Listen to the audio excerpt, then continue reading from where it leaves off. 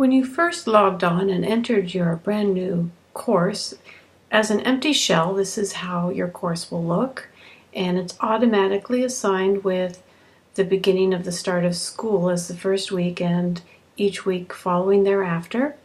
And over on the right is a sidebar, and you are able to customize your sidebar. So this is what you're given as a default, and I'd like to show you some options here. To begin, we're going to turn editing on. Now you can see other tools have appeared, and when you see an X, that means you can completely delete this.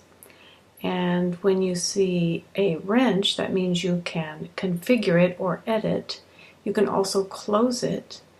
You can assign certain people to see the forms, or you can dock it. So by hitting this little arrow, I have now docked this over on the far left-hand side. Okay, it's still available to me, but it's minimized and it's giving me more room on that sidebar. I'm also going to dock the latest news and upcoming events, but I'm going to go ahead and leave on recent activity. This will show me in an instant if anybody else on the class has done anything. I'm also going to show you how to add a block. The add a block is always going to be at the bottom of your sidebar. And I added activities. So far, all that I have in here is the news form, but if I had quizzes and assignments, then I'd be able to navigate to my activities from here. Another block I could add is calendar. And the students use the calendar when you have assigned open and close dates. It will automatically tell them when they hover over here when one of the assignments is open and closed. I can also add my courses here so I can easily see all my courses and navigate here from the sidebar. But the other handy block that I'd like to add is the section links. And this will allow me to navigate up and down through the class quite easily.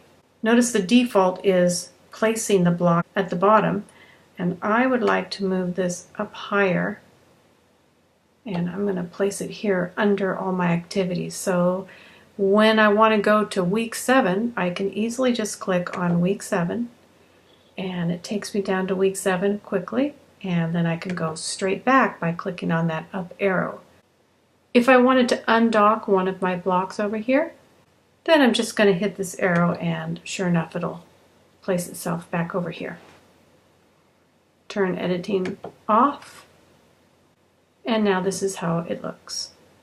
Turn editing back on, and I wanted to show you one other feature. If you hover until the little arrows comes up, you can drag your block over to the other side and have a sidebar on the right and on the left.